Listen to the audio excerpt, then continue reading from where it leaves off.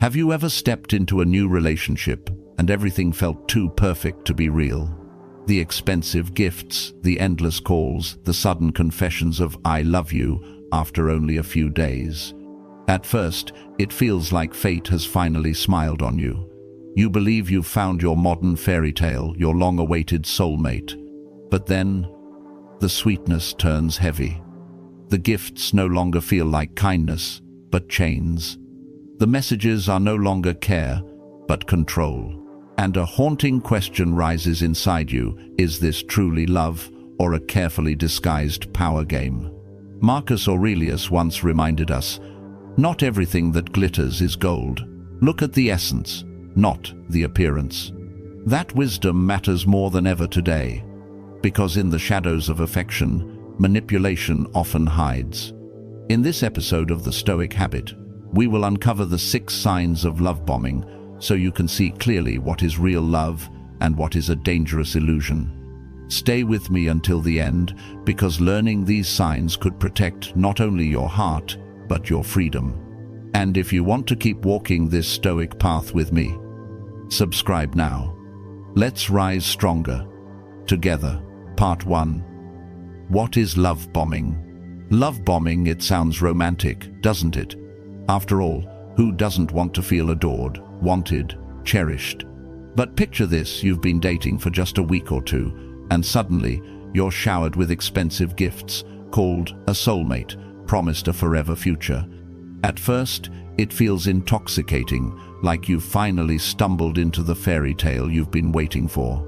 But slowly, the sweetness turns sour. Instead of feeling safe, you begin to feel something else: fear. Why would love, the very thing we all crave, begin to feel like a threat? Because true love takes time to grow. It unfolds like a steady flame, nurtured with patience, trust, and presence. Love bombing is nothing like that. It is a storm, fast, overwhelming, and often leaving destruction in its path. It preys on your psychology, it studies your vulnerabilities, and delivers exactly what you long to hear. If you're a fixer, someone who wants to heal and rescue, they arrive with tragic stories, broken pasts, needing you to save them. If you're the busy one, always striving, always moving, they offer unconditional support, making you feel seen in ways others never did. If you're the romantic dreamer longing for grand gestures, they sweep you into a whirlwind of fairy tale promises. It feels magical until it doesn't. And that's where the danger lies, because what begins as passion soon reveals itself as control. So the question becomes, how do you know? How do you distinguish between love that is real and love that is a trap? The answer is simple but profound. True love brings peace, even in silence. Love bombing brings suffocation, even in its sweetness. And to uncover the truth, you must learn to recognize the signs. 6 signs that separate genuine devotion from manipulation disguised as romance. Part 2. The 6 signs of love bombing. Sign 1. Gifts that feel like chains. A friend once told me his story. He had been dating for only 2 weeks when suddenly his partner gave him a luxury watch worth thousands of dollars. At first, he was thrilled, his heart raced with excitement. He thought, this must be love. But the feeling didn't last. Very soon, joy turned into pressure. Every time he wanted a quiet evening alone, the same haunting question echoed in his mind. After everything I've done for you, how could you say no to me? And that is the hidden truth of love-bombing gifts. They are not tokens of affection, they are silent contracts. You accept the gift, and in their eyes, you accept the debt. Epictetus once warned us, do not judge things by their outward appearance. Look to the intention behind them. A genuine gift comes from a place of freedom, asking nothing in return. A love-bombing gift is different. It is not a ribbon on your wrist, it is a rope around your neck. True love gives you space to breathe. It brings joy without condition. Love bombing seeks control, binding you to obligations you never agreed to. And here is where many fall into the trap, because saying no feels impossible. The moment you resist, guilt is used as a weapon. Gratitude becomes manipulated into obedience. You might think the solution is simple, just refuse the gifts. But here's the cliffhanger. It never stops there. For the love bomber always has another tactic waiting, another way to tighten their hold. This is only the first sign. And if you recognize it in your own life, it may be the warning you cannot afford to ignore. Sign 2. The textaholic. Imagine this. You wake up in the morning before your feet even touch the floor. Your phone is buzzing. 10 messages. By lunchtime, another 30. By evening, your notifications won't stop flashing like a fire alarm. At first, it feels flattering. Someone is thinking of you all the time, checking in, saying they love you, telling you how much you mean to them. It feels like devotion. But soon, the sweetness starts to rot. What once felt like care begins to feel like surveillance. Every hour, every minute, you are expected to reply instantly. And when you don't, the questions turn sharp. Where are you? Who are you with? Why didn't you answer me? This is not love. This is control disguised as affection. Marcus Aurelius once wrote, "Do not hand over your mind to another, for that is the beginning of slavery." A flood of texts may look like love, but often it is a leash, a way to keep you constantly tethered so you have no room to breathe, no time to hear your own thoughts. Healthy love respects silence. It respects space. It trusts that distance for a few hours, or even a few days, does not weaken the bond. Love bombing does the opposite. It consumes all your oxygen until you no longer know who you are without their constant presence. And here's the trap: you start to feel guilty for wanting peace. You tell yourself, maybe I should just be grateful someone cares this much. But gratitude is not the same as freedom. And without freedom, there can be no love. You might think if I explain, if I ask for balance, they'll understand. But here's the cliffhanger. The love bomber is not looking for balance. They are looking for control. And the more you give, the more they will take. This is the second sign. And once you see it clearly, you begin to understand what feels like devotion can, in truth, be a cage. Sign 3. Praise and then criticize. The hot and cold game. One moment, they lift you higher than you've ever been. You're the most amazing person I've ever met. You're perfect. I can't believe I found you. And then, almost in the same breath, the ice strikes. You're so immature. No one else would ever put up with you. Up, down, up, down. Praise, then criticism, warmth, then coldness. Your heart becomes a puppet pulled by strings you can't see, always waiting for the next burst of affection, always dreading the sudden chill. This is not passion, it is a game of control. Seneca once warned, "Flattery from a false friend is more dangerous than open hatred." The love bomber knows this truth well. They give you a taste of heaven only to remind you that they control the gates. Why does this work? Because the human mind craves consistency.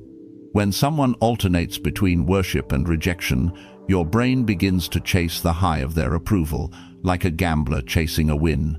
The more inconsistent they become, the harder you cling. True love does not toy with you this way.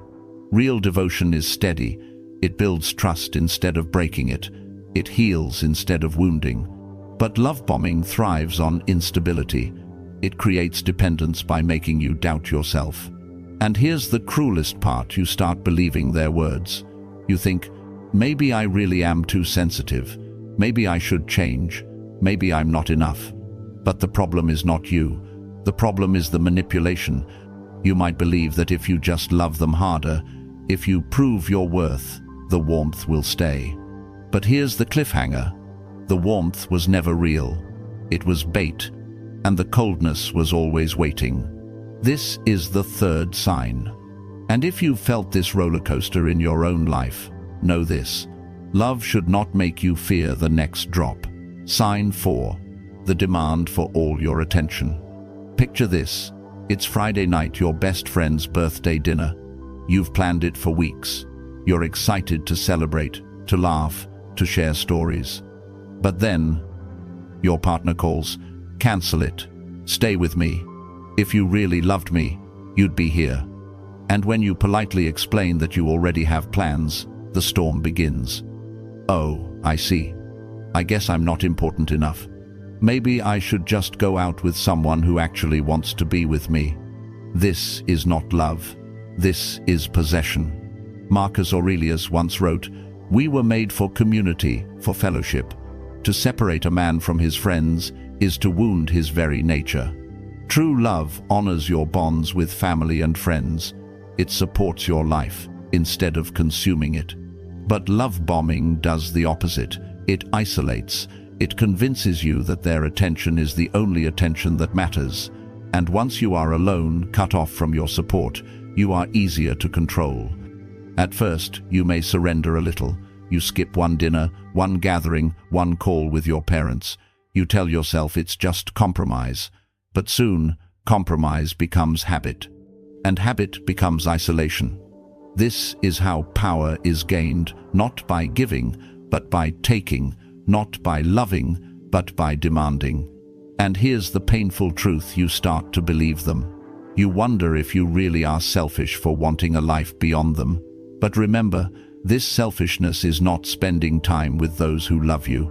Selfishness is demanding someone's entire world revolve only around you. You might think, if I just explain, if I set boundaries, they'll respect them. But here's the cliffhanger.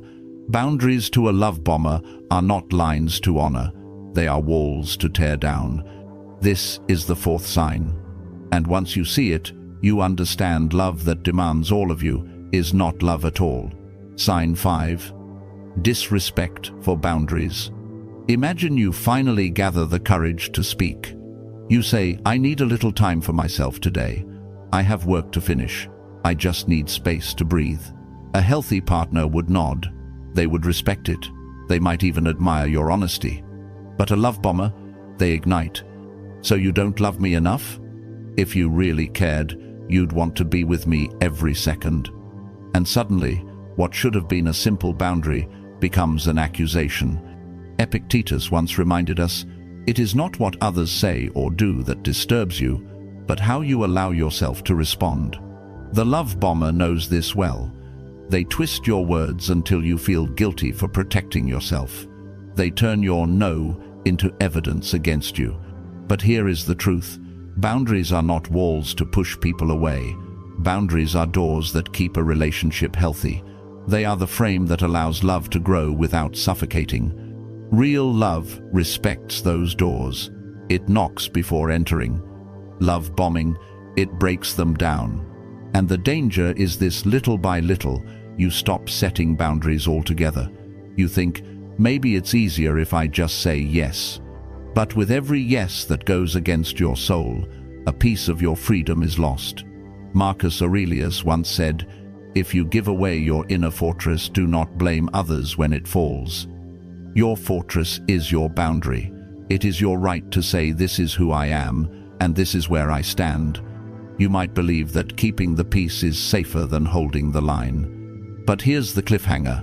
Peace bought by surrender is not peace at all. It is quiet slavery. This is the fifth sign. And if your no is never accepted, if your space is never honored, then what you are in is not love, it is control. Sign 6. The feeling of suffocation. At first, you thought it was love. The gifts, the messages, the constant presence, it felt like passion, devotion, maybe even destiny. But then, something shifted. Instead of joy, you feel pressure. Instead of warmth, you feel trapped. The very person who once seemed to bring light now makes you anxious the moment they enter the room. That is the final sign of love bombing, the suffocation. Seneca once wrote, "A true friend never weighs upon you. Their presence is a comfort, not a burden." The same is true for love. Real love gives you oxygen. It strengthens you. It allows you to breathe deeper. Love bombing? It steals your air. It demands every ounce of energy, every moment of your day, until you no longer recognize yourself. And here's the painful irony: many stay, not because they are blind, but because they feel guilty leaving. They confuse pity with loyalty. They mistake chains for commitment. But ask yourself this: if being with someone makes you smaller, weaker, and constantly exhausted, can you still call it love? True love nurtures freedom. It respects silence. It welcomes individuality. Love bombing destroys all three. Epictetus urged us to remember, freedom is not given, it is claimed. If you feel suffocated, the responsibility is not to endure, but to reclaim your breath. You might believe, if I wait long enough, if I love hard enough, the storm will calm. But here's the cliffhanger. Storms do not calm because you endure them. They calm only when you step out of their path. This is the sixth sign.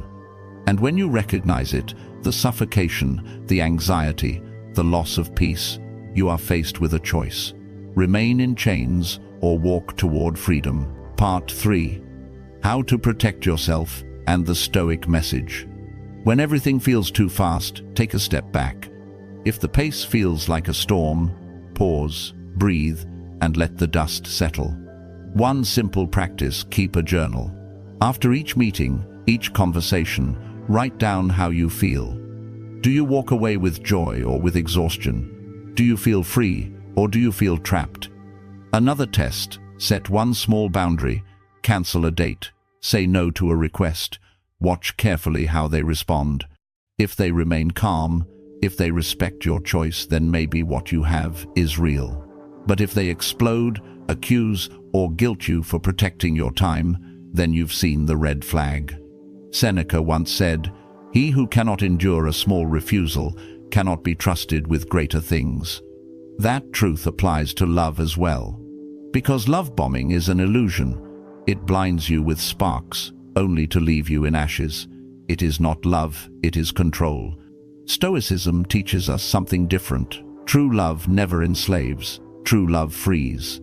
When you love with awareness, you are not dragged into emotional games. You can enjoy sweetness without surrendering your soul. And now, you face the final choice.